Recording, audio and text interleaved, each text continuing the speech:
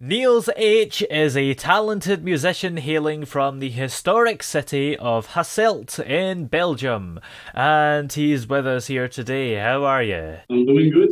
How are you? Good? Yep, I'm doing great as well. Now, your latest album is called Orange Purple Skies, so how would you describe that album, first of all? It is maybe a more softer album for me. The last album I did was more like to the rock part. Now it's Yeah. more funky, more happy. I don't know, more Mm. colorful, like the cover is. Yeah, definitely. And you say it's softer than your normal music, but it's still very much got a rock vibe to it. So I take it that this is definitely the genre you like to stick to. Yeah. I love rock and then the alternative side of music. Yeah, definitely. And I like the fact that the album cover has got orange and purple skies on it, quite literally. Yeah. Yeah. The idea came more like everything between orange and purple skies, like every feeling, every thought between the sky and the ground. Mm. From there, the idea came from for the cover. Yeah, I take it it's kind of like the difference between sunrise and sunset, where Yeah, everything happens in that time, really. yeah. So, where did the inspiration for the album originally come from? Well, first, I actually was in Nashville when I released my previous album. Mm. I was going to work with Joey Howard, who does the bass on this album. Yeah. And I was thinking of maybe even recording in Nashville with him in the studio, but COVID made it a bit different. So we had to work from our computers Yeah. and with the studio. So it was a bit different than I thought how it would go. So and the music itself, I write a lot of music. This is my third album in 3 years since I work alone. Yeah. So and I'm probably gonna release some new songs by the end of the year again. So Ooh, yeah, that's definitely exciting. and lyric-wise, I always leave Katie to it. We do work well together. I just send her the music and she does her thing with it. I usually don't have to say a lot about it or change anything up. So Yeah, definitely. And on the actual songs, I take it it's not you that's singing. no, Katie is the vocalist. Yeah. So how did you manage to get to work with her then? That started with so the first album I did when I started working alone. I tried a lot of different musicians out, including Katie, and I found her on the internet, and we just work well together. She usually gets where I want to go with songs, so I started working on the second album. I only worked with her, and was not even a thought in my mind that wouldn't work with her for this album. So I really love her voice. So the first song we did together was "Sweet Escape" in 2019, and she won me over on that one already. So Yeah, definitely. And have you found that although you'd already worked with her before the pandemic, finding people from all over the world to record stuff for you has been something that you can do and has been easier? I do think with the pandemic, those things have evolved a bit more. Yeah. It was already how I worked because Katie is from Nashville, so we always work via email or messages and sometimes Skype. But Yeah, definitely. And you've got what looks like a home studio there because I can see the acoustic treatment. So I take it you've been kind of lucky that you've been able to record stuff from your house without having to go out. Yeah, I have a home studio. It is a bit. It's not like a full studio, but I do most of my work on songs here. Yeah. But I do go to a studio to record. I don't. The finished song is not recorded at home. Ah, okay. So I take it you like the feel of going to an actual place to do it. Also because it is a buddy of me that has a studio. So working with Peter Jan is always very fun. He also knows what he's doing on the different side of music, then I'm good at creating the stuff, but he is very good in the mixing and how to record.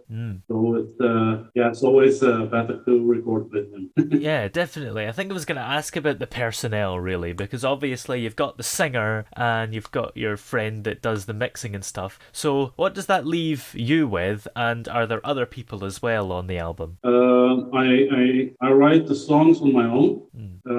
Then I work with Arnaud for the drums. He makes them better than I can. Yeah. I do the bass usually and the guitars. But for this album, Joey from Paramore did the bass. Wow. So I just did the guitar and some backing vocals. Yeah, definitely. That's quite incredible. So how long did the whole album take you from start to finish, from when you first started writing it to getting it released? I think writing never stops. I write the whole year. But I think we started recording Orange Purple Skies in December 2020. And we re-recorded and did a lot of work on it. I think we were finished by April. April, and we released in May, the end of May, Yeah, that's probably a quite quick turnaround compared to most people, I guess. Yeah, maybe. Usually I do it quicker because when we worked more on my own, it went quicker, and I did some mixing and mastering myself on the previous albums. For this album, we really wanted to do it well, so we took our time. So recording would be very good, and I'm very happy with the result. Yeah, definitely. So going right back to the very beginning, what was your musical upbringing like? I never had any lessons or anything, actually. My dad was a musician too, and my grandpa too. But yeah, I always liked music, and I sang to it. But when I was like 16, 17, I was beginning to sing on my own a lot more, and by the time I was 18, 19, I started first band, and immediately they asked me to do some backing guitars, and I never did guitar, so I bought me guitar and learned guitar. And then I was in several bands as a vocalist. Actually, I always helped writing, and during that time I also learned how to play bass and how to make drums on the computer. I also can play a bit, but not good on drums itself. And after that, I went in a band as the guitarist, and after that, I started on my own as a solo artist. Yeah. And you mentioned that you were a vocalist in a few bands. How come you don't really do the vocals anymore? That's a good question. At some point, I just didn't feel like writing lyrics and singing. I wasn't really inspired anymore to do it. But I just like to play guitar a lot more, and it just evolved like that. Yeah, definitely. I do sing on some. I'm going to release like 5 songs by the end of the year. There are going to be country covers, and I do also do some singing. Yeah, definitely. And since you've been making music, has rock basically been what you always wanted to do then? Yeah. Rock, funk, blues, country. Those things always click with me. Yeah, definitely.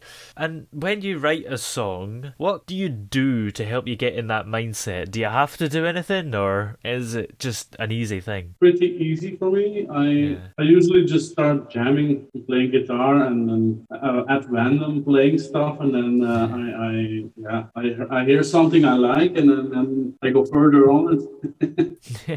Yeah, definitely. Since you've been making music, what kind of highlights do you have, if any, that stand out to you? Highlights. For me, meeting Katie in Nashville and working as a solo artist really has been the most fun thing to do.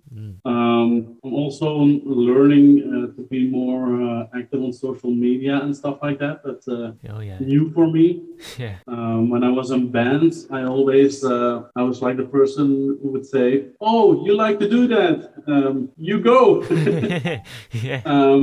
So yeah, and I'm a pretty private guy, or how should I say it? So social media has been a learning process, but I do like working on my own and connecting with different musicians. I'm also working with someone from London at the moment. I don't know if you know her, Amy Vix. I don't know. Don't think so. Oh, okay. Well, you should check her out. She has some good music. It's so interesting to meet all these different musicians from all over the world, actually, and then being able to create something with them. Yeah, definitely. And social media is something that these days is quite essential for promotion and stuff, but it could just be a faff at times and feels like an effort. Yeah, it's for me. It's a real effort. Yeah. To do it, because a lot of the time I forget it, and then some of my buddies are like, "You need to post something."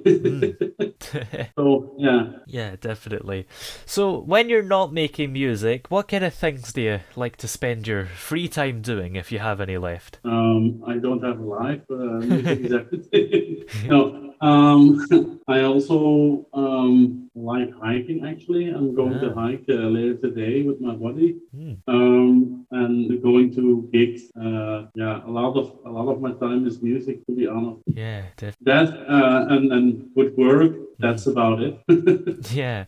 And how is it in Belgium with the pandemic at the moment? Are you allowed to do a lot of these things? It is getting there. We still have to wear masks a lot, so we'll see. Yeah, definitely. And in the not too distant future, have you got any projects coming up that you can tell us about, or are you keeping it close to your chest? Well, like I told before, the country cover album, I'm going to announce it soon. So I'm working on that at the moment. I'm looking forward to it. It's new for me. I haven't done a lot of country, but I do listen to it a lot, so it's fun. And also working with Amy has been very fun. Yeah. And I'm hoping I can release that song that we are working on very soon. Yeah, definitely. Besides that, not a lot. Well, looking forward to the country album. That's going to be interesting. But in the meantime, where are we able to check out all your music? And of course, in particular, the new album, Orange Purple Skies. Spotify, Apple Music, YouTube.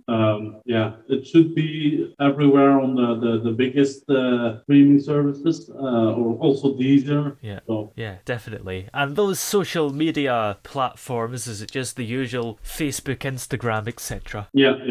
And Twitter.